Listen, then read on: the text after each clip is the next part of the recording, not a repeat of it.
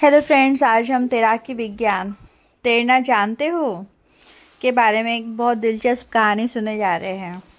बहुत motivating story है और आप आखिरी तक बने रहिए। एक युवा प्रोफेसर समुद्र यात्रा कर रहा था। वह उच्च शिक्षा प्राप्त व्यक्ति था। उसके पास बहुत सी उपाधियां थी, लेकिन जीवन का अनुभव उसे कम था।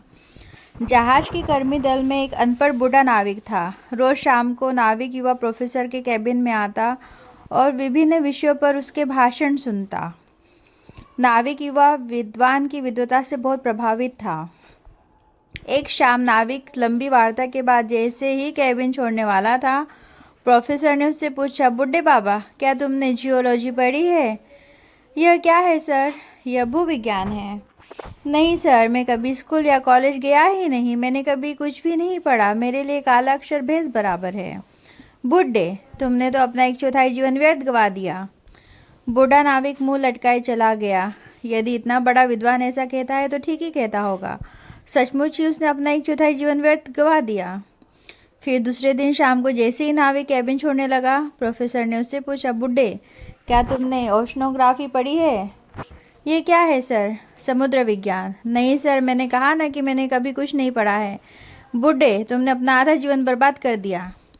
बूढ़ा कुछ और अधिक मुंह लटकाकर चलता बना। यह विद्वान ठीक ही कहता होगा कि मैंने अपना आधा जीवन बर्बाद कर दिया।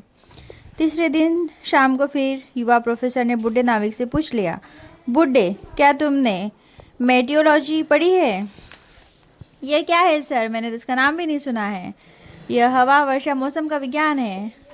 नहीं सर, जैसा कि मैंने आपको बताया, न मैं कभी कोई स्कूल गया, न कभी मैंने कुछ पढ़ा। जिस धरती पर तुम रहते हो उसका विज्ञान नहीं पढ़ा। जिस समुद्र से अपनी रोटी कमाते हो उसका विज्ञान भी नहीं पढ़ा। जिस मौसम से तुम्हारा रोज वास्ता पड़ता है उसका विज्ञान भी नहीं पढ़ा। बूढ़े, तुमने अपना 3/4 जीवन बर्बाद कर दिया। बूढ़ा बहुत दुखी हुआ। ये विद्वान ठीक ही कहता है, मैंने अपना 3/4 जीवन बर्बाद कर दिया। अगले दिन बूढ़े नाविक की बारी थी।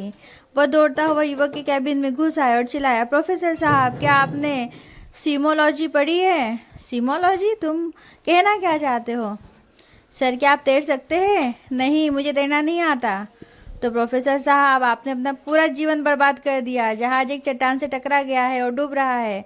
जो तैर सकते हैं वे किनारे पर पहुंच सकते हैं, जो नहीं तैर सकते वे तो डूब ही जाएंगे। मुझे बड़ा अफसोस है जनाब प्रोफेसर साहब, आपने सचमुच ही अपना जीवन खो दिया।